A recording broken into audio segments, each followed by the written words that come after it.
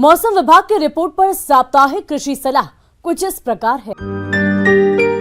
ग्रामीण कृषि मौसम सेवा, भारत मौसम विज्ञान विभाग, जिला कृषि मौसम इकाई, कृषि विज्ञान केंद्र, गोमुत्थान विद्यापीठ, संगरिया द्वारा भेजे गए मौसम पूर्वानुमान के अनुसार जिला हनुमानगढ़ में आने वाले दिनों में 8 अक्टूबर तक शुष्क मौसम संभावित है। 7 व 8 अक्टूबर को आंशिक रूप से बादल छाए रह सकते हैं। तापमान में हल्की गिरावट दर्ज की जा सकती है।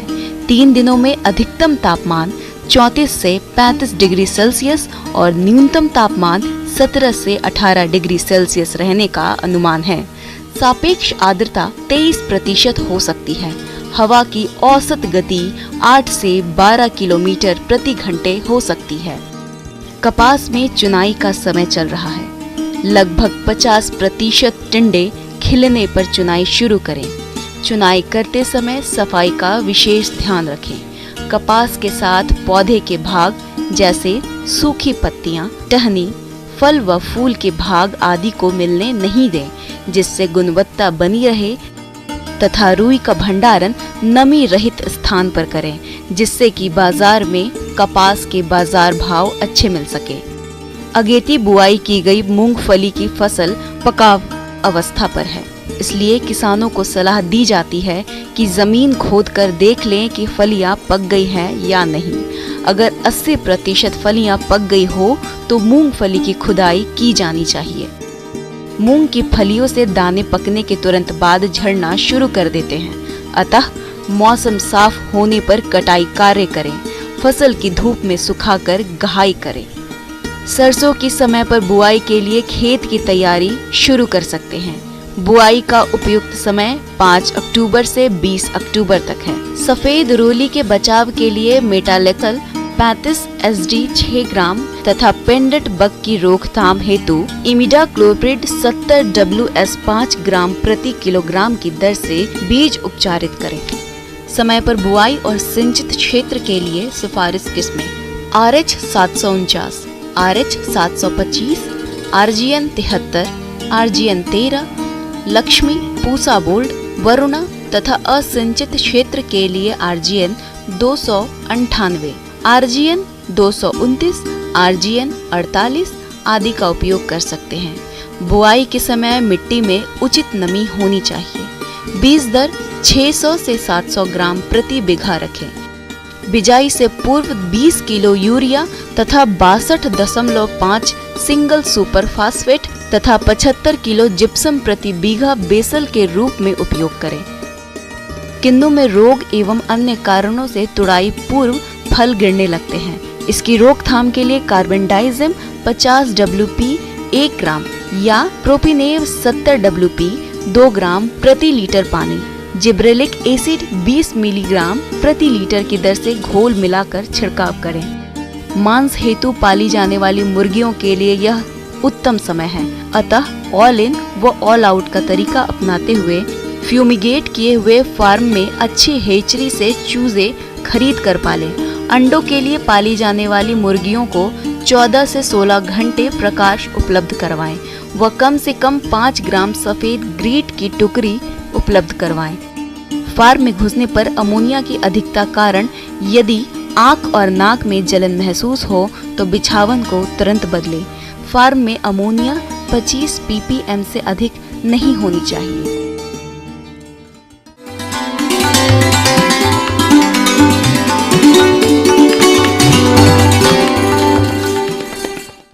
आइए जानते हैं अन्नदाता निःशुल्क फोन के माध्यम से पूछे गए समस्याओं का समाधान। अन्नदाता निःशुल्क फोन संपर्क सेवा के माध्यम से पूछे गए प्रश्नों में से आज हमने जिस प्रश्न को कार्यक्रम में शामिल किया है उसे पूछा है ग्राम अर्जुनपुरा, जिला कोटा के कृषक रमेश चंद्र ने। ये गिनी फाउल पालन के बारे में संपूर्ण जानकारी चाहते हैं। तो रमेश चंद्र जी, आपकी जानकारी के लिए प्रस्तुत है कार्यक्रम का ये अंश।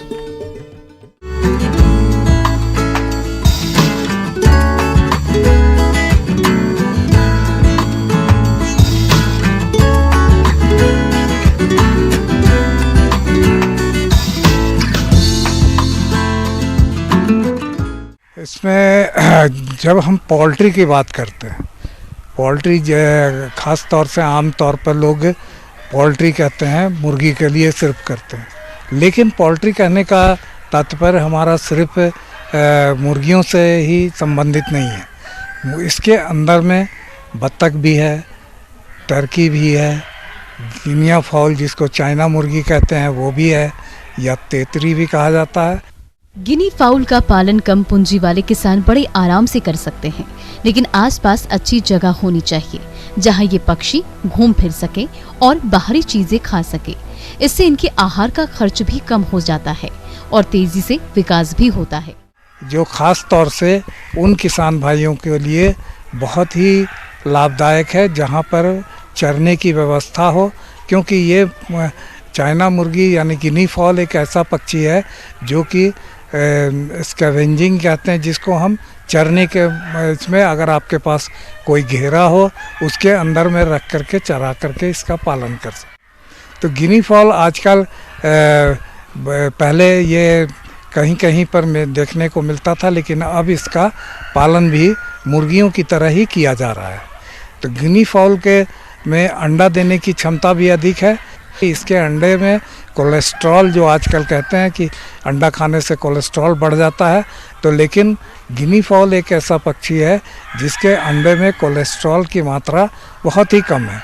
दूसरी बात है कि मार्केट की जहाँ तक बात है, तो मार्केट में अब जो है इसका मीट भी इसका आपको खास करके जो लोग खस्सी का मीट पसंद करते हैं, तो उस तरह से ये खस्सी और मुर्गे के मीट के बीच के तरह का आपको इसमें ये इसका मीट होता है, इसलिए इसका डिमांड भी धीरे धीरे बढ़ रहा है।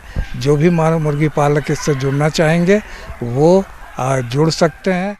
इसका मांस और अंडा रुचिकर होता है और कोलेस्ट्रॉल कम होने के कारण इसकी मांग अच्छी रहती है।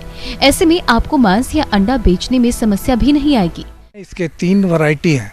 3 वैरायटी में एक वैरायटी जो कि आप ज़्यादातर जगहों पर आप देखते होंगे कि चितकबरा टाइप का होता है, जैसे काला है उस पर सफ़ेद बिंदा बिंदा करके होगा, तो ये वैरायटी का नाम है पर्ल। दूसरा होता है एक सफ़ेद गिनी फाउल होता है जिसे हम कहते हैं वाइट, और एक स्लेटी कलर का होता है जिसे हम कहते हैं लेवेंडर। तो ये 3 प्रजातियां इसकी है, इनके रंग के आधार पर ही इनका नाम रखा गया है। और इसका पालन के लिए आप जिस तरह से मुर्गी पालन कर रहे हैं, अगर आप के पास व्यवस्था चराने की नहीं हो तो आप इसका मुर्गियों की तरह भी पालन कर सकते हैं, लेकिन इसको बिल्कुल बंद करके मत रखिए।